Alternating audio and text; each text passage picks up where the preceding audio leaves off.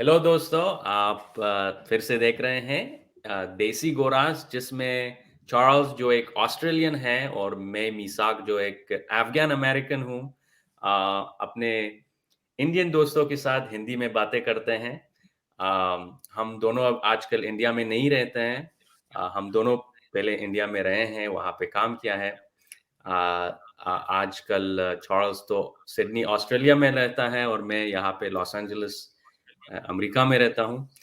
लेकिन रिश्ता हम बरकरार रखते हैं इंडिया के साथ और अपने दोस्तों के साथ। तो इसीलिए हमने ये शो शुरू किया है कि अपने दोस्तों को आपसे मिलाएँ। और आज हमारे साथ एक बहुत ही ख़ास मेहमान हैं, रोहन, जो एक बहुत ही यंग बट एक्सपीरियंस्ड राइटर हैं, जो बहुत सारे शोज़ के लिए उन्होंने लिख चुके हैं, जैसे द कपिल शर्मा शो, टिट्टू एक एनिमेशन शो जो है, जिसको आप शायद देखे होंगे। तो चलो शुरू करते हैं रोहन के साथ, और इनकी ज़िंदगी के बारे में, इनकी जर्नी के बारे में हम कुछ आपके साथ शेयर करेंगे आज। तो first of all, welcome Rohan भाई। Thank you, brother.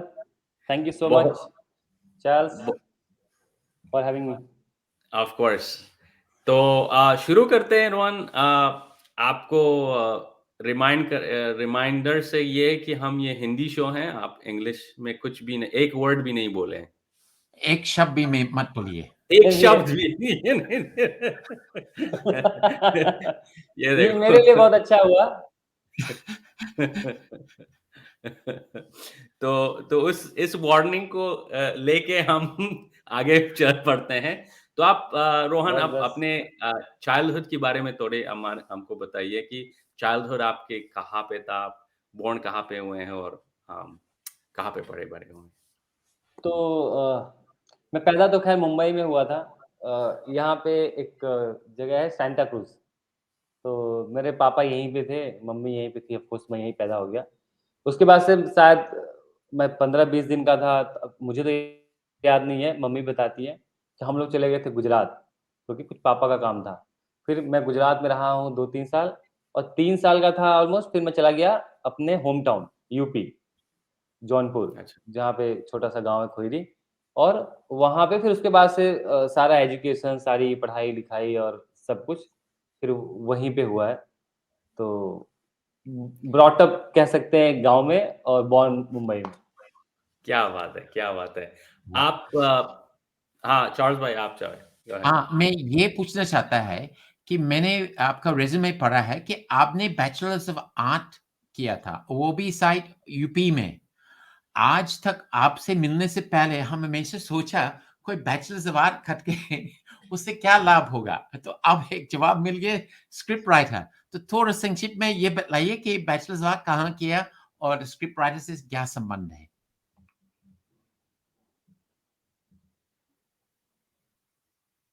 हाँ, बोलिए रोहन। अच्छा, मेरे को आंसर समझ आ गया। मुझे थोड़ी-सी आवाज़ मुझे ब्रेक हुई थी आपकी, बट हाँ, आपका सवाल मुझे समझ में आ गया कि जब मैं हाँ बैचलर जी। ऑफ आर्ट्स से पढ़ रहा था, तो हाँ, सबको लगता है यूपी में क्या ये पढ़ के क्या होगा?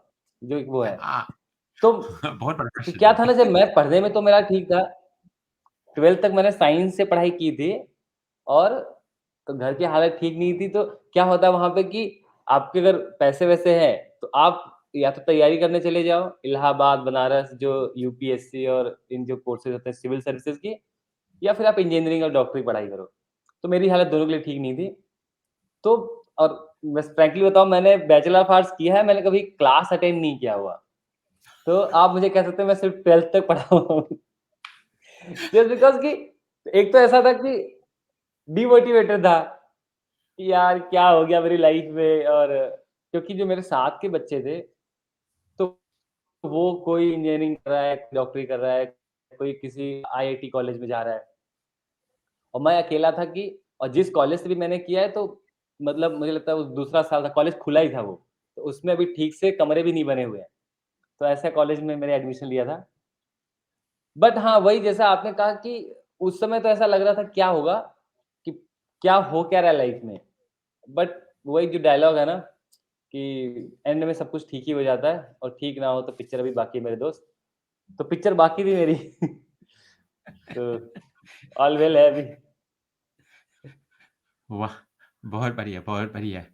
हाँ, और लेकिन आपको स्क्रिप्ट अगर कोई व्यक्ति उनका मन में ये विचार है कि वो स्क्रिप्ट राइटर बनना चाहता है और माँ-पापा को बोल रहा है कि मैं स्क्रिप्ट राइटर बनना चाहता है, तो क्या बैचलर्स आर्ट्स करना चाहिए? नहीं, मुझे तो लगता है एक तो राइटिंग के बारे में जहाँ तक ख़्याल है, तो राइटिंग का तो वैसे कोई कोर्स की ज़रूरत नहीं है। जी, मुझे लगता है राइटिंग अगर आपको राइटर बनना है, चाहे स्क्रीन प्ले राइटर, चाहे नॉवेल या कुछ भी, आपको पढ़ना पड़ेगा। मतलब मुझे लगता है एक ही कोर्स है रीडिंग। आप कोर्स करके अच्छे राइटर नहीं बनते हो। जैसे स्टीफन किंग एक बहुत बड़े राइटर हैं वहाँ अमेरिकन हॉरर लिखते हैं। तो उनका एक कोट है कि writing I don't think writing can be taught but it can be learned. जी, तो मैं बड़ा रिलेट करता हूँ इस कोट से कि ये सिखाई नहीं सकती बट सीखी जा सकती है क्योंकि आप प्रैक्टिस से कमियों से करके सीख सकते हो। तो ये जब मैं मुझे स्क्रिप्ट राइटर बनना था, तो मैं पढ़ने मतलब मैं कहानियों से मुझे शुरू से ही प्यार था। मुझे लगता है मैं 4-5 का था साल का तब से ही मैं सिंदबाद की कहानियाँ आती थी। वो जो अफ़गानिस्तान का नहीं सिंदबाद जहाजी, 7 समुंदर की यात्राएँ किया हुआ, तो वो कॉमिक्स आते थे, चाचा चौधरी आता था। तो मैं तो मतलब 2-2 बुक लाता था कभी और ऐसा पढ़ने लगता था कि मैं पूरा खत्म करके ही सोता था। ऐसा नहीं कि कहानी किताब मिली है तो उसको मैं 2 दिन वेट करूँ। हमेशा इतना था।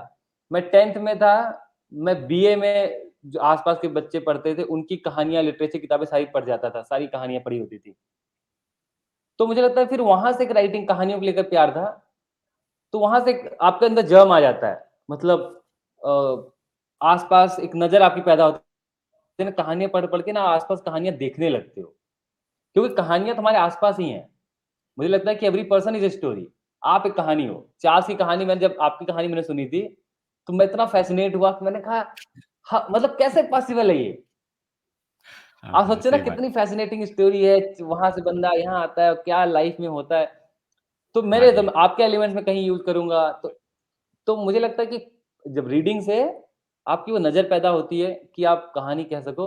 बाकी जो शब्दों का एक खेल है या जो टेस्ट है, आप कैसे बोलते हो, आप विटी हो कि हॉरर है, आपका पर्सनल जॉनरा क्या है, वो आप धीरे-धीरे फाइंड आउट करते हो लिखते-लिखते। तो मुझे लगता है कि कोर्स की ज़रूरत नहीं होती। हाँ, बट हैविंग सेड दैट अगर किसी को कोर्स करता है, तो उसमें कोई हार्म नहीं है। क्योंकि कई बार एक्सपीरियंस लोग आपको कुछ बताते हैं, तो वो एक नज़रिया दे देते हैं जैसा आप सोच नहीं रहे हो। तो उससे आपको हेल्प मिलती है चीज़ें जल्दी सीखने की या बेटर होने की। But hmm. First and foremost thing read, read and read. मुझे तो ये लगता है। बहुत मस्त बोला आपने, बहुत मस्त बोला। तो ये तो आपकी इनिशियल स्टोरीज़ इंस्पिरेशन के बारे में आपने बोले। आपने अपना पहला जॉब वग़ैरह कैसे आपने ढूँढा? मुझे तो स्टोरी पता है, ऑलरेडी आप बोल चुके हैं मुझे पहले। तो आपकी जर्नी मुंबई में जब हुई थी, उसके बारे में आप थोड़ा शुरुआत शुरुआत से ही बोलिए आप। हाँ, तो वही जैसे मैंने बताया मैं 12th तक पढ़ रहा था और उस समय क्योंकि घर के हालात ऐसे थे मुझे पता लग गया था कि यार मैं जाके तैयारी तो नहीं कर सकता या मैं इंजीनियरिंग तो नहीं कर सकता। क्योंकि अब आप कहीं रहने जाते हो तो उसका एकोमोडेशन का खर्चा आता है कि आप इलाहाबाद रह रहे हो 4-5 हज़ार रूम का भाड़ा होगा, खाना-पीना होगा मतलब 15,000 रुपए का महीने का खर्च है। तो आई थिंक वो फैमिली अफोर्ड नहीं कर तो खासकर 3 साल तो नहीं कर सकते और 3 साल बाद भी आज भी ग्रेजुएशन के बाद कोई जॉब की गारंटी नहीं है। तो लोग आप देख रहे हो किस तरह से बच्चे अभी विरोध प्रदर्शन तो मैं कहा मैं उसके लिए नहीं बना हूँ। तो मैं मुंबई आ गया पापा के साथ में अपने और मुझे लगा कि मैं कुछ कर लूँगा। तो मुझे ना जर्नलिस्ट बनने का एक शौक था उस टाइम पे। अच्छा। क्योंकि मुझे ऐसा लगता था मैं लिख लेता हूँ और मैं अखबार बहुत पढ़ता था। तो मुझे था यार मैं अखबारों में ये लोग जो कॉलम्स लिखते हैं ना, ये तो मैं भी लिख सकता हूँ। तो धीरे-धीरे करके आपको ना बहुत कुछ बुरी राइटिंग पढ़ो ना तो आपको कॉन्फिडेंस आता है। इससे बेटर तो कर लूँगा। तो बाद में आपको जब अच्छा पढ़ते हो तो आपको रियलाइज़ होता है कि नहीं-नहीं यार ये राइटिंग नहीं है, राइटिंग बहुत ऊँची चीज़ है। ख़ैर तो फिर मैं मुंबई आ गया और मैं जॉब करने लगा, जो भी उसमें जॉब मिला और जॉब जो भी मिले मैं करने लगा। साथ-साथ में मैं कोशिश कर रहा था कि मैं किसी जर्नलिज़्म कॉलेज में चला जाऊँ, वहाँ थोड़ा वो सीख लूँ, उसका भी कोर्स-वोर्स होता है, मैंने किसी अखबार में पढ़ा था। बट पता चला भाई कि जर्नलिज़्म का कोर्स तो इंजीनियरिंग से भी महँगा है। वो 5-5, 7-7 लाख रुपए के हैं। तो मैंने कहा यार ये भी नहीं होगा। तो मैं जॉब इसलिए कर रहा था, मुझे लगा कि यार मैं जॉब से कुछ पैसे इकट्ठा करके और अपनी जो स्टडी है उसको मैं खुद ही फंड कर दूँ, क्योंकि घर से नहीं मिल रहा था। बट साथ में कुछ ऐसी चीज़ें हुई कि फाइनली मुझे वो बड़ी फ़िल्मी कहानी है, तो मैं उसको बता देता हूँ।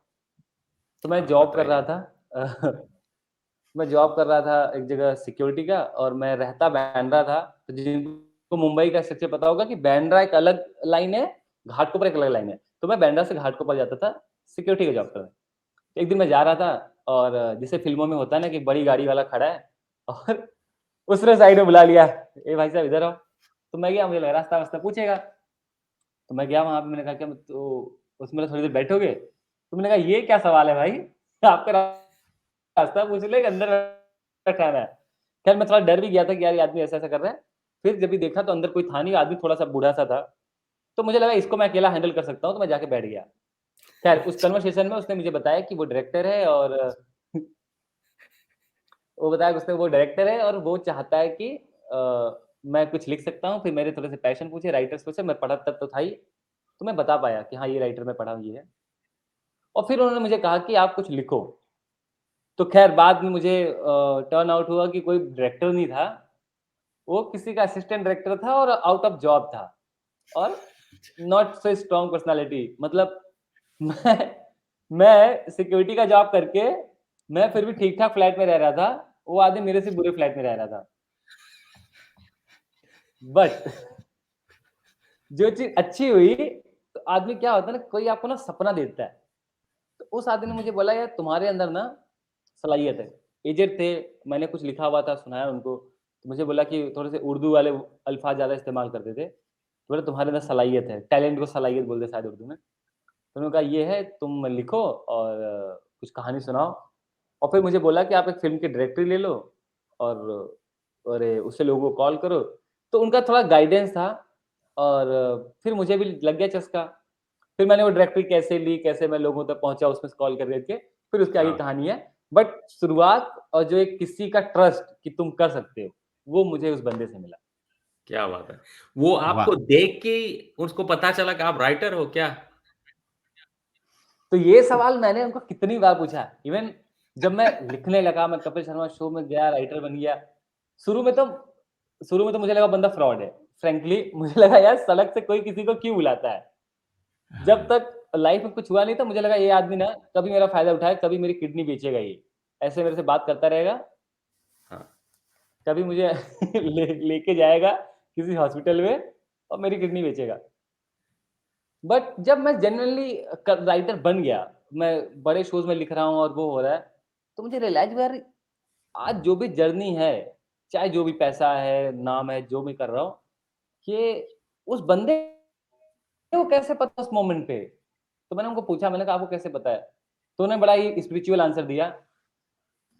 बोले है ऊपर से आता है और बोले मुझे चाल से तो जैसे वो साइड में खड़े थे और मैं जिस तरह से वॉक कर रहा था, तो बोले पूरे भीड़ से तुम स्टैंड आउट कर रहे थे कि ये लड़का बड़ी मस्ती में है। तो बोले कि क्या मुझे बात था, है! तो ये मेरे लिए बड़ा वो है और बड़ी थोड़ा-सा मुझे जैसे लगा फ़िल्मी है, बट ऐसा ही क्या हुआ बात है, सच है। तो तो चलिए रोहन जी, हर एक हिंदुस्तानी हर एक हिंदुस्तानी कपिल शर्मा शो देखा है।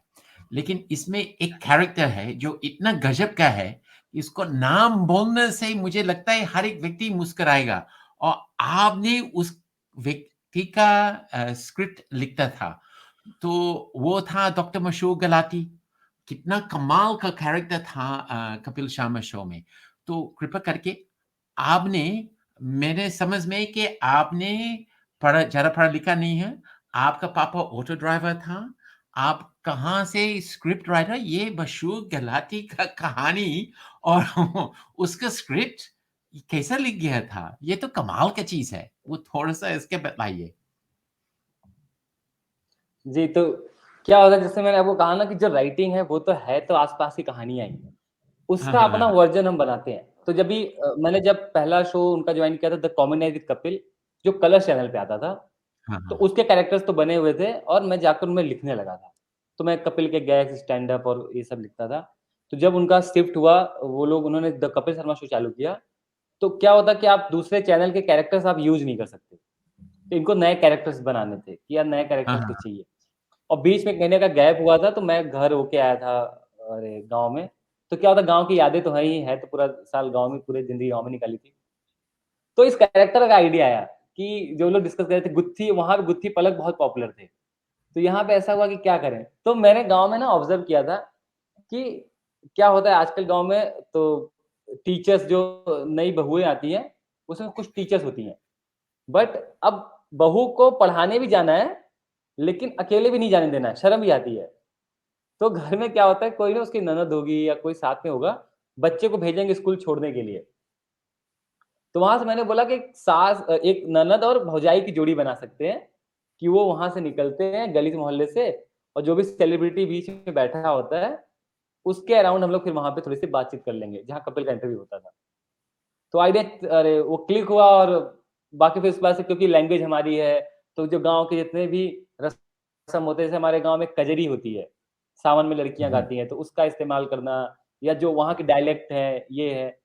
तो ये पूरा एक असर वहाँ पे आया, और of course Sunil Grover such a great actor कि मतलब आप उनको रेफ़रेंस दिखाओ, बातें बताओ, और जिस तरह से कैरेक्टर में जाते हैं, तो बहुत ही बढ़िया रहा। उसका एक्सपीरियंस बहुत सही रहा। और दूसरा डॉक्टर मशरूक गुलाटी का ऐसा था कि जब मैंने लिखना स्टार्ट किया, तो सुनील ग्रोवर क्योंकि वो बड़ी कैरेक्टर ड्रिवन आर्टिस्ट है। तो सपोज़ अच्छा। कॉमेडी भी 2 तरह की होती है। जैसे कुछ लोग होते हैं हुँ, जो बोलते हैं और विटी होते हैं, हुँ। बातें बड़ी फ़नी होती हैं। हाँ, और हाँ, हाँ। सुनील ग्रोवर एक किरदार बनाते हैं, जो कि वो आदमी आपको लगेगा कि आदमी बड़ा कमाल है। सपोज़ जैसे उनका डॉक्टर अच्छा, मशहूर गुलाटी या गुत्थी है, तो कैरेक्टर्स बड़े कमाल है कि यार ये किस तरह से, चाहे वो दिखने में, चाहे उनका जो हिस्ट्री होगा। तो मैंने एक स्क्रिप्ट लिखी थी गुत्थी की, तो वो सुनील सर ने पढ़ी और उन्होंने बोला यार किसने लिखी है? क्योंकि मैं बहुत ही नया राइटर था। तो किसी ने बताया एक नया राइटर है उसने लिखी है, तो मुझे बुलवाया कि उनका उनका वैन लगा हुआ था, मुझे बुलाया और बोला यार, बोला तूने क्या किया ना, लोग आके जोक लिखते हैं, तूने क्या किया, तूने कैरेक्टर की लाइन लिखी है, अच्छा, जो कि उनको बहुत ऐसा था कि यार कैरेक्टर की लाइन होनी चाहिए। तो मैं मुझे लगा कि बहुत अच्छा, फिर उन्होंने जो वहाँ पे क्रिएटिव डायरेक्टर थी, उनको बोला कि मेरी स्क्रिप्ट इसी से लिखवाया करो। तो हमारी अच्छा। जोड़ी बन गई, और फिर जब तक वो शो चला 2-3 साल, तो हाँ, हाँ। मैं ही और वो ही साथ में लिखते थे। तो इट वाज़ इनक्रेडिबल, कमाल वाह! है। नहीं, नहीं, बहुत ही अच्छा। तो आप राइटिंग की बातें किया तो मैं कुछ टेक्निकल क्वेश्चन्स आपसे ये पूछना चाहूँगा कि टेक्निकल भी नहीं बट हिस्टोरिकल है थोड़ा कि आपने बोला था कि पहले कुछ स्पेक स्क्रिप्ट आपने लिखी थी जो आपने शो वालों को दिया था। उसके बारे में आप थोड़ा बताइए कि आप जो बाहर से थे, कोई रिश्ता नहीं था आपको इंडस्ट्री से। आपने इंडस्ट्री की कौन से दरवाज़े से आप अंदर जा सकें और टैलेंट को आप जो टैलेंट हैंडलर हैं, उसके साथ वो जर्नी कैसा रहा? उसकी भी बारे में शायद जी। ऑडियंस जानना चाहेंगे।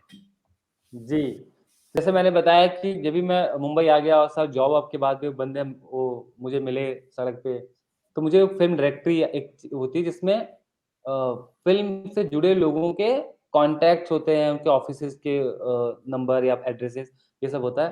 तो उसके थ्रू आप लोगों को कॉल करके पूछ सकते हो कि किसी को रिक्वायरमेंट है क्या, मैं राइटर हूँ, उस तरह की बातें होती हैं। तो फिर मैंने वो करना चालू किया।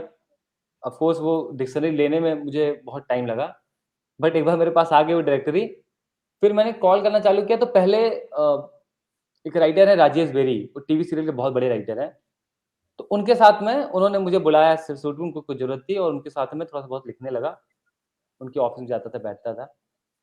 फिर वहाँ से एक राजीव निगम कॉमेडियन है, तो उनको मैं हमेशा कॉल करता था, तो उन्होंने मुझे बोला था अपना कुछ शो चालू होगा तो तुम्हें बताएँगे। तो एक शो चालू हुआ, तो किसी शो में जुड़े हुए थे और मुझे बुलाया। मैं गया वहाँ पे, तो मैंने कपिल शर्मा श क्योंकि कपिल शर्मा शो बहुत पॉपुलर था, तो मैंने अपने घर पे ही कपिल शर्मा शो देख के कि उस शो का एक एपिसोड कैसा बनेगा, मैंने मेरे हिसाब से लिख रखा था। तो मैं जब उस शो में गया, तो वहाँ के राइटर ने बोला कुछ लिखा है? तो मैंने बोला इस शो का तो पता था नहीं, अभी बन रहा था, मैंने कपिल के हिसाब से कुछ लिखा हुआ है। तो जस्ट टेस्ट द राइटिंग, उन्होंने बोला ठीक है सुना दो। तो मैंने सुना दिया। तो भाई साहब वहाँ पे सुनने के बाद हर बंदा सीरियस हो गया। तो मैंने कहा यार मैं तो कॉमेडी सुनाना चाह रहा हूँ, ये लोग इतने सीरियस क्यों हो गए? तो बाद में मुझे एक बंदा ले गया कोने में, उसने बोला भाई मेरा दिल टूट गया जेन्युइनली कि यार, क्योंकि आई वाज़ ड्रीमिंग कि मुझे ऐसा लगता था कि मैं डिसेंट हूँ, बहुत ग्रेट नहीं हूँ, बट जो टीवी पे आ रहा है ना, उतना तो मैं लिख लेता हूँ। बट भाई साहब वहाँ पे सारे ऐसे हो गए कि ऐसे सीरियस नहीं हो जाते। फिर बाद में मैं तो मुझे लगा यार वो मिला हुआ उस पे ध्यान लगाता हूँ। फिर एक बंदा बाहर लेकर आया मुझे, उसने बोला भाई तेरा बहुत अच्छा है, तू यहाँ मत लिख, तू कपिल के शो में जा। तो मुझे लगा अंदर तो लोग सीरियस थे। अरे बोले अंदर लोग इसलिए सीरियस थे कि उनको लगा कि तू आगे किसी की जगह ले लेगा। तो मुझे कहा अच्छा इतने ज़्यादा वहाँ पे लोग थे ना, तो काफ़ी हाँ, इनसिक्योर सा माहौल हाँ, था हाँ, वो। हाँ, हाँ, वो होता है। ऑफ कोर्स उसमें मैं नहीं जुड़ा। फिर उस बंदे ने मुझे कपिल के शो का राइटर का नंबर दिया कि आप इनसे बात कर लो। फिर मैंने कपिल के शो के राइटर का नंबर लिया, फिर मुझे ऑफ़िस का एड्रेस दिया उसने, मैं ऑफ़िस में गया। तो क्या राइटर उस समय ऐसा होता है भाई कि वो डील नहीं करता नए राइटर से। तो वहाँ पे एक बंदा होता है जो ये सब काम करने के लिए, नया राइटर आ रहा है, नया कोई बंदा आ रहा है। तो उन्होंने बोला उनको कि मिल लो इसको। फिर वो लेडी थी वहाँ पे जो ये सब डील करती थी, तो उनसे मिला मैं, उन्होंने स्क्रिप्ट सुनी मेरी और उन्होंने बोला कि स्क्रिप्ट तो बहुत अच्छी है पर हमारे पास जगह नहीं है, ज़रूरत नहीं है हमें राइटर की। मैंने कहा फिर तो सुनने का ही कोई मतलब नहीं था कि जब ज़रूरत ही नहीं थी तो। उन्होंने बोला नहीं, नहीं मैं ना तुम ऐसा करो बेटा तुम एक स्क्रिप्ट और अटेम्प्ट करो, फिर मैं आपको बताती हूँ। फिर मैं घर पे आया, मैंने दूसरी स्क्रिप्ट भेजी, फिर मेल पे इतनी बातचीत हुई हुँ, हुँ। और फाइनली 1 महीने बाद, मतलब स्क्रिप्ट सबमिट करने के 1 महीने बाद जब मैं भूल गया कि अब वहाँ से मेरा होने वाला भी है कि नहीं है, तब मुझे कॉल आया कि आप मिलने आ जाओ। That was the day. और वो 1 जनवरी 2015 थी, तो मेरा तो न्यू ईयर बहुत ही बढ़िया बन गया था। वाह! हुँ, मस्त, बहुत बहुत बढ़िया। बढ़िया। हाँ, हाँ, आप चार्ल्स आप पूछना चाहते थे कुछ हाँ, बताइए? हाँ, हमको रहता है। तो वो तो हो गया कपिल शर्मा, लेकिन एक दूसरा बात है, जब टीवी देखता है, बच्चे लोग देखता है और वो है एनिमेशन। तो मेरे ख़्याल से ज़्यादा जितना जो कार्टून्स है, जितना जो एनिमेशन है, वो सब विदेश का है। क्या आप ये कुछ आप खुद लिख रहा है तो इसका मतलब ज़रूर है कि टीटू और कुछ जो है, वो हिंदुस्तानी है। तो थोड़ा-सा इसके बारे में बतलाइए और मुझे लगता है आपसे पहले नहीं होता था ना? सब विदेश से आकर के डबिंग होता था हिंदी में। जी, जी। तो पहले क्या था कि जैसा आपने बताया कि पहले इंडिया में जितने भी कार्टून पॉपुलर थे, वो शायद चाइनीज़, जापानीज़ है, डोरेमोन वगैरह या ये जो मिक्की माउस वगैरह ये सब जो अमेरिकन है, यही होता था। इसका डब करके चलाते थे। तो एक टाइम आया कपिल शर्मा शो से मैंने छोड़ दिया था, मैं कुछ और कर रहा था। फिर एक कंपनी है कॉस्मोस आया, तो क्या हुआ कि उनको था थोड़ा-सा Indian content, Indian origin story जो कि हम एनिमेशन के लिए बच्चों को कर सकें, तो वो लोग ट्राई कर रहे थे। तो 1-2 शो शायद आए हुए थे, जिसमें एक छोटा भीम एक हिट शो था, बाकी थोड़ा-सा आता था, नहीं चलता था। तो फिर एक शो बन रहा था टीटू, एक शरारती बच्चे के बारे में वो कहानी है। तो मैं बड़ा मतलब वो कैरेक्टर मुझे बड़ा सही लगा, एक छोटा बच्चा। और क्योंकि जैसा मैंने आपको बताया बचपन से मैं कहानियाँ पढ़ता था, तो मुझे वो शरारती बच्चे की कहानी बहुत सही लगी और मैं उस शो में जुड़ गया और फॉर्च्यूनेटली वो शो बहुत बड़ा हिट हुआ यहाँ पे। तो अभी वो चल रहा है, मतलब उसके 9-10 सीज़न हो चुके हैं और अभी वो 10-20 सीज़न चलता भी रहेगा। वो 2025 तक का उसका मतलब कॉन्ट्रैक्ट है। तो उसके क्या करते हैं वो लोग साथ में, जैसे कि एपिसोड ही बनता है, फिर उस कैरेक्टर को निकाल के उसकी टेली-फिल्म बनाते हैं कि लॉन्ग फॉर्मेट 1 डेढ़ घंटे की। तो उसकी फ़िल्में आती हैं, तो उसकी मैंने जो पहली फ़िल्म लिखी थी, वो फ़िल्म बहुत सुपर हिट रही। मतलब उसकी रिपीट टेलीकास्ट बाकी के फर्स्ट टेलीकास्ट से ज़्यादा रेट करते थे। तो इस तरीके की वो फ़िल्म वो था। तो वो हर वीक बाय वीक रिपीट में भी वो टॉप पे रहती थी। तो ऑफ कोर्स फिर उसके बाद हुँ, कई हमने फ़िल्में लिखी उसके उस पे और वो मेरा जो एक फ़िल्मों की जो प्रैक्टिस है, क्योंकि एपिसोड तो होता है छोटा-सा, 11 मिनट या हाँ, 22 मिनट का, फ़िल्म का फॉर्मेट होता है जी, बड़ा और किसी को लंबे समय तक होल्ड करना, वो वो एक मुश्किल काम होता है, कभी भी। हाँ, बट क्योंकि वो फ़िल्में वर्क कर रही हैं, तो मुझे लगा चलो यार फ़िल्मों की प्रैक्टिस अच्छी हो गई। और बहुत अच्छा एक्सपीरियंस है। मतलब ये एनिमेशन का जो पूरा प्रोसेस है, इसमें क्या है, मैं बाकी के फॉर्मेट भी मुझे मतलब जो बाकी का प्रोसेस होता है मेकिंग का ना, उसमें मैं थोड़ा घुस पाया कि सिर्फ़ राइटिंग तक वो नहीं है। अभी मैं लिखता भी हूँ, जो एनिमेटिक्स होता है तो उसको भी देखता हूँ मैं, उसमें कैसे वर्कआउट हो रहा है, साउंड डिज़ाइन कैसे वर्क कर रहा है, शॉट्स कैसे लगने चाहिए। तो वहाँ से फिर राइटिंग में और सुधार आता है। आपको ये हुँ, पता चलता है कि आपने जो लिखा है, वो स्क्रीन पे कैसे ट्रांसलेट हो रहा है, स्क्रीन पे कैसे आ रहा है। कई बार आपको स्क्रिप्ट में लगता है कि यार ये चीज़ ना स्क्रीन पे सही नहीं लगेगी, क्योंकि मैंने देखा हुआ है। तो हुँ। ये बहुत ये लर्निंग। हाँ, यही जो आप क्वालिटीज़ की आप बता रहे हैं कि ये करना चाहिए, ये करना चाहिए, ये सवाल मुझसे आ रहा है कि आपके ख़्याल से एक राइटर को क्या-क्या क्वालिटीज़ होना चाहिए? कौन से क्वालिटीज़ आपके ख़्याल में आता है कि अ, वो एक राइटर में ज़रूरी है कि वो राइटर के पास हो कि वो एक सक्सेसफुल राइटर बने? मुझे लगता है एक चीज़ तो पहले तो जैसे एक एक पर्सिस्टेंट होनी चाहिए। जैसे अगर सर मैं बात करूँ एज़ अ सर्वाइवल की बात करूँ, पहले तो अगर राइटर बनना है, तो पहले तो आपको कहानियों से प्यार होना चाहिए। कहानियों का मेरा मतलब है लोगों से। सपोज़ मैं आपसे बात कर रहा हूँ, अब आप जितनी बात आपकी सुन पा रहा हूँ या जितना मैं आपको देख रहा हूँ, मैं आपके पीछे एक कहानी इमेजिन कर रहा हूँ कि ये आदमी यहाँ कैसे पहुँचा होगा। तो उससे क्या होता है कि ऑटोमैटिक आपके दिमाग में ना आपको लेकर 4 सीन मेरे दिमाग में आएँगे, कि ये आदमी इंडिया में रहता था, क्या हुआ होगा कि ये अमेरिका पहुँच गया, वहाँ पे एडजस्ट कैसे किया होगा। तो जो एक आदमी का स्ट्रगल होता है ना, उसको लेकर एक सेंस होनी चाहिए। और मुझे लगता है सबसे बड़ी जो क्वालिटी है, वो है कंपैशन। हुँ, हुँ। आप किसी की जगह खड़े होकर दुनिया को देख सको। वो चाहे कॉमेडी हो, चाहे हॉरर हो, चाहे थ्रिलर हो, क्योंकि जब किसी की जगह आप खड़े होते हो और उसके पॉइंट ऑफ दुनिया देखते हो ना, तो दुनिया अलग है, सबके लिए दुनिया अलग है। और हाँ, देन आपको हाँ। रियलाइज़ होता है कि यार ये तो कितना मतलब जो जितने कॉन्फ्लिक्ट हैं हमारी दुनिया में या जितने तरह की प्रॉब्लम्स आती हैं, जो पूरा ड्रामा क्रिएट होता है, ये सारा कैरेक्टर से क्रिएट होता है। हुँ, हुँ। सपोज़ मतलब फॉर एग्ज़ाम्पल क्या मेरे मम्मी हैं, ठीक है? अब मेरी मम्मी की अपब्रिंगिंग जो है, परवरिश है, वो अलग तरीके से हुई है, कि उनको मॉडर्न दुनिया नहीं देखी, तब मोबाइल फ़ोन्स नहीं थे, वो टीचर की बेटी है, तो बहुत ज़्यादा आइडियलिस्ट कि लड़कियों के चक्कर में नहीं पड़ना या बात नहीं करना या फ़िल्म लाइन बहुत गंदी होती है। अब परसेप्शन है उनका। अदर हैंड मैं जो आया, तो मैं 15-16 साल की उम्र में मुंबई आ गया। अब मेरे लाइफ़ के एक्सपीरियंस अलग हैं। क्योंकि मुझे लोगों से डील करना है, दुनिया बदल गई है, लड़कियाँ हर जगह काम पे हैं, तो आपका लड़कियों से इंटरेक्शन बढ़ गया है, ऑफ़ कोर्स आपको प्यार भी होगा। हुँ, अब हुँ। ऑटोमैटिक ड्रामा क्रिएट हो गया कि मेरी मम्मी कुछ और सोचती हैं, मैं कुछ और सोचता हूँ। हुँ, अब हुँ। क्योंकि मेरी मम्मी है, मैं मम्मी को प्यार भी तो करता हूँ ना, है तो मेरी माँ। तो ऐसा नहीं कि मैं रिजेक्ट कर दूँगा कि अरे तुम जो बोल रही हो तुम्हारे विचार पुराने हैं, मेरे से कोई मतलब नहीं है। मम्मी को डील भी करना है, मम्मी के साथ भी रहना है।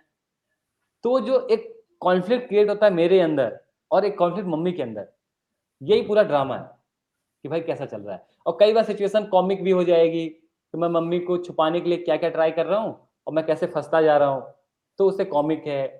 कई बार ने मतलब एक जेन्युइन पेन होगा कि मम्मी ने बोल दिया कि शादी तेरी नहीं होगी, मैं लड़की से बहुत प्यार करता हूँ, तो फिर पेन भी होगा। तो मुझे लगता है कि अब क्या होता है कि हर सिचुएशन में हम नहीं होते हैं। सपोज़ जैसे जो चार्ल्स की कहानी है, अब वो चार्ल्स की कहानी है। अब मैं वो कहानी मैं वैसे नहीं जी सकता, बट राइटिंग में आप वो कहानी जी सकते हो। हुँ, हुँ। हुँ। आप चार्ल्स के नज़रिए से दुनिया देख सकते हो। क्या बात है! बहुत बहुत कोई अच्छे भी बोले आप। या तो मुझे लगता है ये जो एम्पैथी और कंपैशन है, ये ग्रेटेस्ट वर्च्यू है राइटर का। बाकी उसके बाद की क्वालिटीज़ और हैं जो हेल्प करती हैं। एक तो है कि रीडिंग मुझे लगता है कि बहुत ही इम्पोर्टेंट है। हाँ। बहुत सारे लोग राइटर ऐसे हैं कि आपको ना मुझे बहुत सारे लोग मिलते हैं, राइटिंग की बात करेंगे, राइटर बनना चाहते हैं और बोलते हैं पढ़ने का टाइम नहीं है। मैं बोलता जब पढ़ने का टाइम नहीं है तो भाई लिखने का टाइम कहाँ से है तुम्हारे पास? ठीक, उसका ठीक। रीज़न ये है, सॉरी मैं थोड़ा-सा लंबा ले रहा हूँ इसमें आंसर, नहीं, नहीं, क्योंकि ले लो राइटिंग के आप। ऊपर जो सुनेगा ना उसको उसको मैं बोलना चाह रहा हूँ कि जब आप पढ़ते हो ना, तो आपको पहले तो ये पता चलता है कि क्या कहानियाँ बोली जा चुकी हैं और किस तरीके से बोली जा चुकी हैं। तो वो एक्सपीरियंस आपको ऐड करता है उस इमोशन को, उस फीलिंग को और ऊपर ले जाने में। हुँ, हुँ। इट्स जस्ट लाइक साइंस कि साइंस में कोई इनोवेशन होता है, सपोज लाइट की खोज हो चुकी है। अब किसी आदमी को नहीं पता कि लाइट की खोज हो चुकी है और वो बैठ के लाइट की खोज कर रहा है। तो जब वो खोज करके लाएगा कि मैंने लाइट बनाया है, तो लोग बोलेंगे भाई ऑलरेडी है ये क्यों बना दिया तुमने? हुँ, जिसको पता है कि लाइट है, लाइट के ऊपर कुछ करना है, कि लाइट का कुछ शेप चेंज करना है, लाइट का कुछ कलर नया कर सकता हूँ या लाइट का यूज़ नया कर सकता हूँ, उसकी वैल्यू बढ़ेगी। हाँ। तो इस एक नज़रिए से आप स्टेप देखेंगे तो आगे आप एक जाना, नई कहानी एक स्टेप आगे जाना, के आर्ट साथ को जाएँगे। आगे लेके जाना है, उसको रिपीट नहीं करना है। लेके जाएँगे। ये आपकी आपकी ये से ठीक है। एक कहानी याद आई, कुछ साल पहले मैं एक फ़िल्म मार्केट में था इंडिया में, और मैं फ़िल्में खरीदने के लिए देख रहा था। कुछ 200 फ़िल्में हमने ऐसे शॉर्ट में स्किम करके देखा, और सारी 250 फ़िल्मों से देख के उस उनमें से शायद 100 और 150 सारे एक ही स्टोरीज़ थे। तो ये इसीलिए होता है कि जैसे आप बता रहे हो कि लोग अगर पढ़ते नहीं हैं और फ़िल्में देखते नहीं हैं, उनको पता ही नहीं चलता कि मार्केट में है क्या? और उनको बहुत ये 150 लोग जो थे ना, बहुत उनको नाराज़ भी थे कि हमारी फ़िल्में बिक क्यों नहीं जा रही हैं? मैंने कहा भैया, ये देखो बिल्कुल। 150 मूवीज़ सारे एक ही हैं, एक जैसे हैं, कैसे बिकेंगे? तो ये आप पॉइंट जो आपने बताया बहुत ही ठीक से बताया। तो तो हाँ, अब रोहन जी देखिए, आपने कमाल किया कॉमेडी में, मतलब जो स्क्रिप्ट लिखा है सारा हिंदुस्तान को जानता है। एनिमेशन में कमाल कर दिया। जो लिखा है हर एक बच्चा हिंदुस्तान जो कार्टून देखता है और हिंदी समझता है वो देख लेता है। अब प्रश्न उठता है अब क्या बाकी है? एक तो या फीचर फ़िल्म है बॉलीवुड का या टीवी सीरीज़। इस तरफ का कुछ आपका हाथ में अभी लिखवा रहा है? जी, अरे चार्ज अभी तो मैं बहुत मेरी एज कम है। तो ये तो इसको जो मैंने अभी तक किया है, ये तो जैसे खाने में जाते हैं ना कि स्टार्टर होता है, तभी तो मैं कहूँगा मैंने स्टार्टर भी पूरा नहीं खाया है। अभी तो मुझे स्टार्टर ही बहुत खाना है, मेन कोर्स तो बहुत बाकी है और अच्छा। डेज़र्ट तो बहुत एंड में। क्योंकि उसका रीज़न ये है कि अभी मैं 22 साल का था या 21 साल का था, तब से मैं हाँ, राइटर हाँ। बन गया, ठीक है? हाँ, हाँ। और सबसे बड़े शो का राइटर बन गया, इंडिया में सबसे पॉपुलर शो है। हाँ, तो हाँ। ऐसा लगता है कि आपको जब बड़ा काम कर लो एकदम से ओवरवेलमिंग हो जाता है कि यार अब क्या बाकी है। बट मैं आया हूँ तो जब भी मुझे थोड़ी-सी जानकारी हुई फ़िल्मों की और उसका तो मुझे डायरेक्शन का वो था कि मुझे डायरेक्टर बनना है और वो एक मुझे फ़िल्म बनानी है और अपनी। क्योंकि कुछ कहानियाँ ऐसी होती हैं और मुझे डायरेक्शन की टेक्निकलिटीज़ का भी मज़ा आता है, मुझे वो परफ़ॉर्मेंस के साथ में एक्टर के साथ में जैमिंग का भी मज़ा आता है। तो मेरा नेक्स्ट जो लाइफ़ का गोल है और जिस तरफ जाना है, तो वो मेन स्क्रीन प्ले राइटिंग और डायरेक्शन का है। इसमें कुछ शॉर्ट फ़िल्म शुरू से भी मैं प्लान कर रहा हूँ। कुछ शॉर्ट फ़िल्म बनानी है और फिर थोड़ा-सा अपना टैलेंट टेस्ट करना है। क्योंकि जस्ट लाइक राइटिंग सोचना एक अलग बात है, एग्ज़ीक्यूट करना दूसरी बात है। तो हाँ। आपको पता होना चाहिए कि आप उसके लायक हो भी या नहीं। तो कुछ शॉर्ट फ़िल्म से शुरू करूँगा, तो मुझे कई ऑफ़र आए हुए फ़िल्म लिखने के। जो मैं दूसरी बात बता रहा था ना कि जो थोड़ी देर पहले हम लोग कर रहे थे कि कैसे कहानियाँ रिपीट नहीं होनी चाहिए वे। तो मुझे कई बार कॉल आया प्रोडक्शन हाउस से क्योंकि कपिल शर्मा शो पॉपुलर है तो मुझे लोग जानते हैं कि यार ये बंदा लिखेगा। कई बार आता है यार कुछ फ़िल्म की स्क्रिप्ट है क्या? अब मुझे ना वो डिफ़रेंस बहुत अच्छे से पता है कि जब मैं टीवी लिख रहा हूँ या किसी वैसा कैरेक्टर लिख रहा हूँ ना, उसकी टेलिंग अलग है। सिनेमा एक अलग तरह की टेलिंग है, उसमें आपका कुछ कहने को होना चाहिए, एक नई दुनिया हो, कुछ नए कैरेक्टर्स हों, एक बुक की तरह वो काम करना चाहिए। और मैं उन राइटर्स में से नहीं हूँ कि मुझे ऑफ़र आया तो मैं कुछ भी बेचने की कोशिश कर रहा हूँ। ख़ासकर कि ऐसे स्टेज पे जब मैं कंफ़र्टेबल हूँ, पैसे वाइज़, फाइनेंशियली, तो मुझे लगता है यार मैं ऐसी कहानी लिखूँगा जो पहले तो मुझे पसंद हो, मुझे लगता हो कि यार ये ऐसा नहीं हुआ है और उसको करें।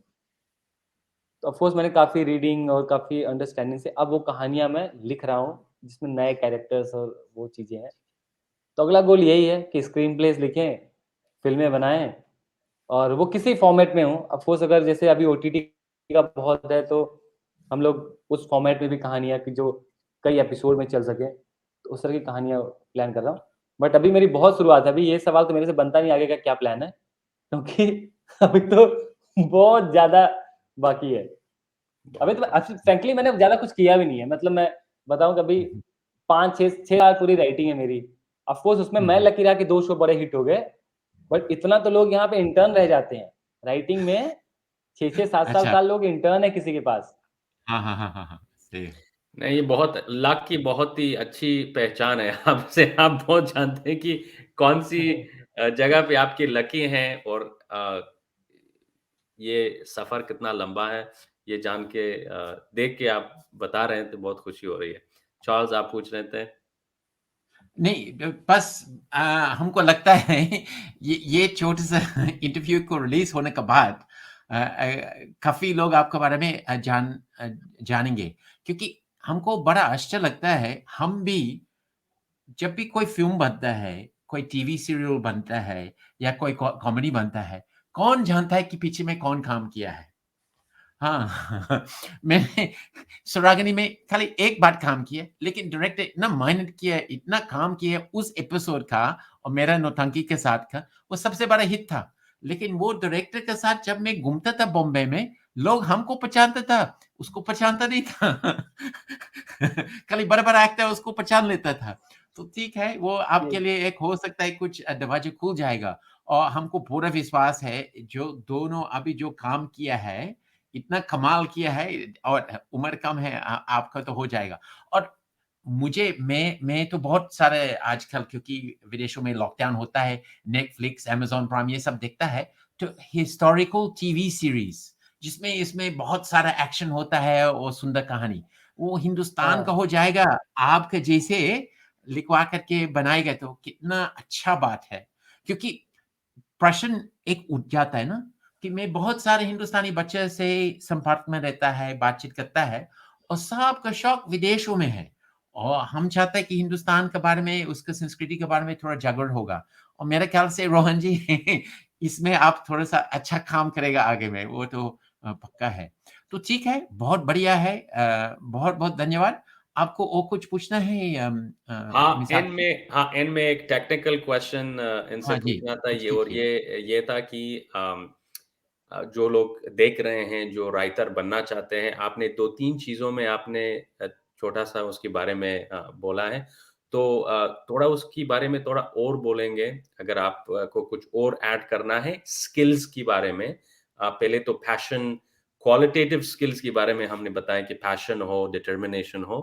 अब आते हैं थोड़ा स्किल्स के बारे में भी थोड़ा बातें करते हैं। आपकी जी। नज़र में कौन-सी स्किल्स बहुत इम्पोर्टेंट हैं और आप अपना टाइम लीजिए, 2-3 स्किल्स जितने भी हैं, आप हाइलाइट कीजिए।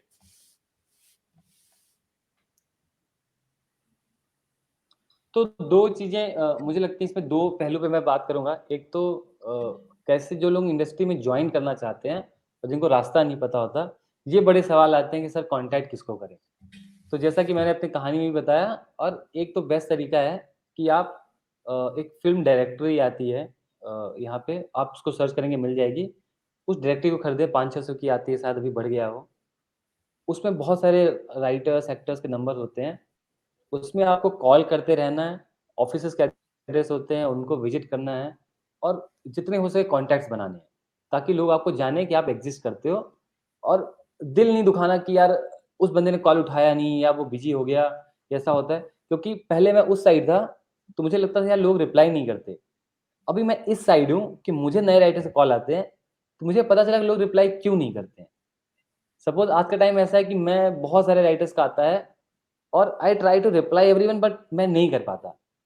क्योंकि अब मैं मेरे काम में बिज़ी हूँ, अब मेरी दिन भर की मीटिंग है, मेरे लिखने का शेड्यूल है, मेरी पर्सनल लाइफ़ है, उसमें किसी नए राइटर की स्क्रिप्ट को पढ़ना और क्या होता है उसमें 90% टाइम वो बकवास होती हैं, तो आदमी का दिल भी हो जाता है कि यार क्या पढ़ूँ फिर से वही निकलेगा।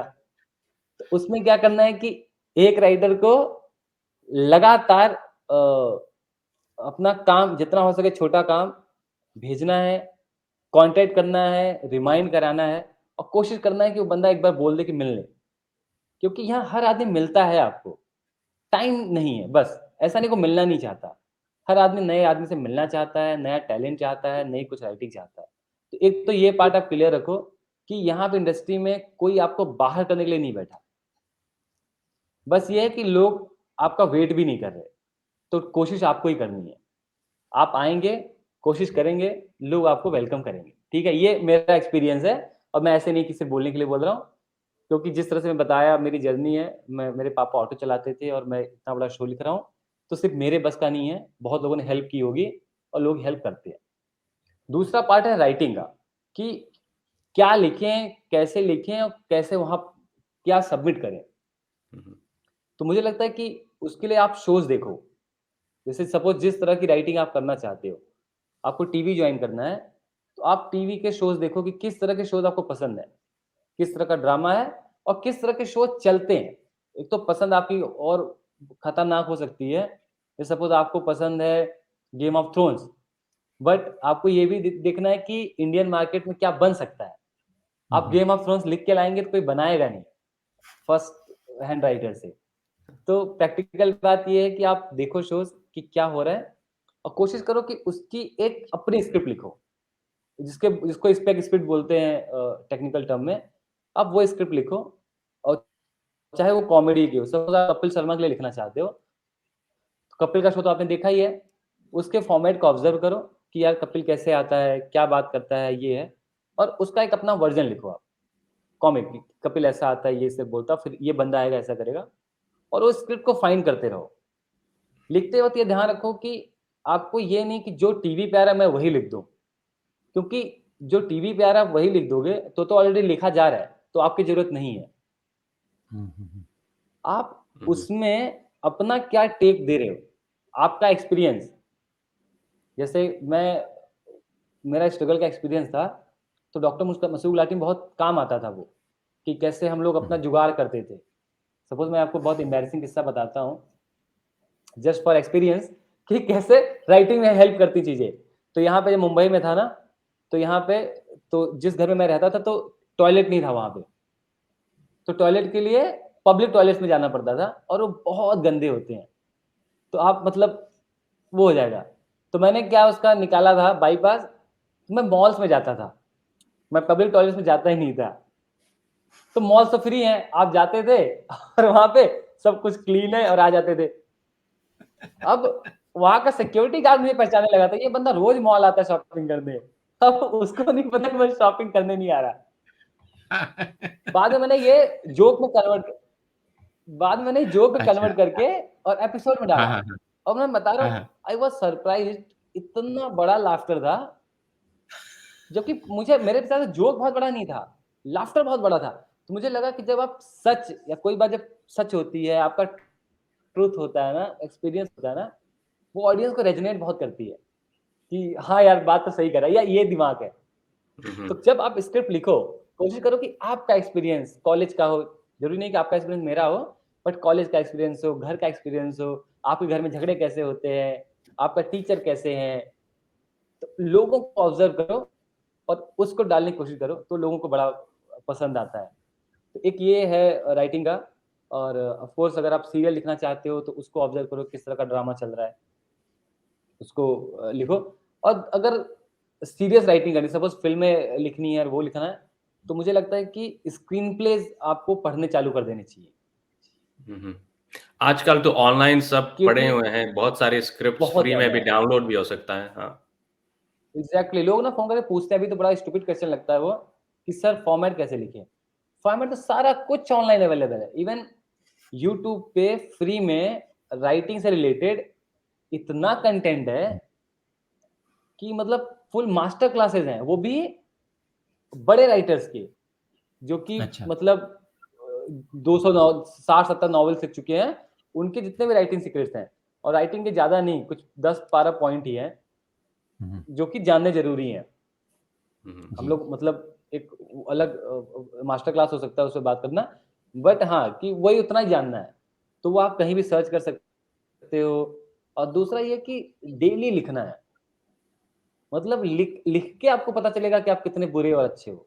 आप अगर सोच रहे हो कि मैं लिखूँगा किसी दिन ना, तो आपको पता नहीं चलेगा। डेली लिखोगे, हुँ, हुँ। आप जो प्रोफ़ेशनल उसका पढ़ोगे, आप ना देखो आपको लगेगा यार मैं तो बहुत खराब हूँ। तो फिर आप हुँ, हुँ। देखोगे कि कमी कहाँ पे है और फिर वो कमी ठीक करते-करते ये जैसे कढ़ाई और सिलाई का काम नहीं होता है, कि थोड़ा-सा छोटा बन गया तो उसको मोड़ के इधर कर दिया, वो कर दिया। ये वैसा ही है। बहुत मैं सबसे लास्ट में बोला जाऊँगा जो गलतफ़हमी है, बीइंग एन आर्टिस्ट। तो क्या गलतफ़हमी लोगों को लगता है ना कि हम बैठते हैं और राइटिंग आती है कहीं ऊपर से और ऐसे लिखते हैं। ऐसा कुछ नहीं है। मेबी एक बार ऐसा होता हो किसी के साथ में, कभी ज़िंदगी में होता है, शुरू-शुरू में होता हो, जब आपको राइटिंग पता नहीं है। आप अगर प्रोफ़ेशनल बनना चाहते हो, अगर आपको चाहते हो कि आपका टीवी में कोई खरीदे या फ़िल्म बने या नॉवेल्स आप एक के ज़्यादा लिखना चाहते हो, तो ऊपर से नहीं आती। वो जॉब है, आपको बैठना है, लिखना है, लोगों को सुनाना है, लोग फीडबैक देते हैं, लोग पसंद करते हैं कई बार नहीं करते हैं, उनको समझना है, उसको फिक्स करना है, तो प्रॉपर जॉब है ये। और दुनिया की सबसे मुश्किल तो कुछ और भी होता होगा, बट मेरे हिसाब से बहुत ही मुश्किल काम है राइटिंग। बहुत ही हार्ड जॉब है, अच्छा लिखना। तो एफर्ट करना पड़ेगा इसमें, क्योंकि लोग राइटर इसलिए भी बनना चाहते हैं कई बार ना, जैसे मुझे लगता है कि इसमें कुछ चाहिए नहीं, मतलब कुछ पढ़ाई नहीं चाहिए, कुछ लिखाई नहीं चाहिए, कुछ ज़रूरत नहीं है, बैठेंगे और कुछ सोचेंगे और बन जाएगा। नो माय फ्रेंड, ये ऐसा नहीं है। ऐसा नहीं होता। ये आपको आपको स्टडी जितना बेटर रहेगा, जितना आपको कहानियों के बारे में पता है, जितना आप ज़्यादा लिखेंगे, उतना अच्छा है। तो बहुत बढ़िया। राइटिंग बोलते हैं कि राइटिंग इज़ रीराइटिंग इंग्लिश में। तो एग्ज़ैक्टली। रोहन जी बहुत ही खुशी हुई है कि आप आए और हमारे साथ कुछ अपने थॉट्स, अपने ज़िंदगी की स्टोरी शेयर की। होपफुली ऑडियंसेस को भी पसंद आया होगा। आई एम श्योर कि आया होगा। तो इनमें अगर आपको कुछ कहना है, हम कुछ मिनट्स हैं। अगर नहीं है तो हम शो को एंड कर सकते हैं। कुछ Okay, एक थैंक यू सो रेखिए। Second. Much for having me. Rohan ji, एक संक्षिप्त प्रश्न है। हाँ। स्क्रिप्ट राइटर के लिए आपने बोला रीडिंग, तो एक प्रश्न आ जाता है पुस्तक। कोई ऐसा पुस्तक है जो आपको लगता है हर एक हिंदी स्क्रिप्ट राइटर पढ़ना चाहिए या उनको इंस्पिरेशन मिलेगा? ऐसे कुछ है जो आप रेकमेंड कर सकते हैं? जैसे कहा जैसे मैं राइटिंग से स्पेसिफिक कुछ किताबें हैं, जैसे अब इंग्लिश की ज़्यादा पॉपुलर है, हिंदी में बहुत कम लिखी गई हैं फ्रैंकली। जो मैंने पहली अच्छा, किताब पढ़ी थी जो हिंदी लेखकों के लिए थी, एक श्याम मनोहर जोशी राइटर हैं। अ, वो हिंदी के पुराने शोज़ लिखते थे और फ़िल्में भी लिखी हैं उन्होंने। उनकी एक किताब है पटकथा लेखन एक परिचय। तो स्क्रीन प्ले अच्छा। को हिंदी में पटकथा बोलते हैं। हाँ, हाँ, तो हाँ। पटकथा लिखा है, तो अगर हिंदी के किसी के राइटर को हिंदी में ही पढ़ना है, तो किताब हुँ, बहुत हुँ। अच्छी है। उसमें एक बेसिक सारे इन्वॉल्व हैं। बट अगर आप अपर लेवल पे जाना चाहते हो, क्योंकि ऑफ़ कोर्स वेस्ट में बहुत काम हुआ है और ख़ासकर क्राफ़्ट पे बहुत काम हुआ अच्छा, है। बहुत बढ़िया, तो वही बहुत बढ़िया। बहुत बढ़िया। एक मतलब कई सारे किताबें हैं, अभी मैं लेकिन जो एक किताब जिसको मैं बोलूँगा, एक किताब है the art of dramatic writing by Lajos Egri. वो किताब हुँ, हुँ। पढ़नी चाहिए सबको, क्योंकि क्या है, क्योंकि वो राइटिंग के बहुत बेसिक्स के बारे में बहुत अच्छे से बात करती है। सो मुझे लगता है बहुत एंड कर अच्छा। सकते हैं बहुत और आई होप कि आवाज़ अच्छे से थैंक रिकॉर्ड यू। हुई हो मेरी।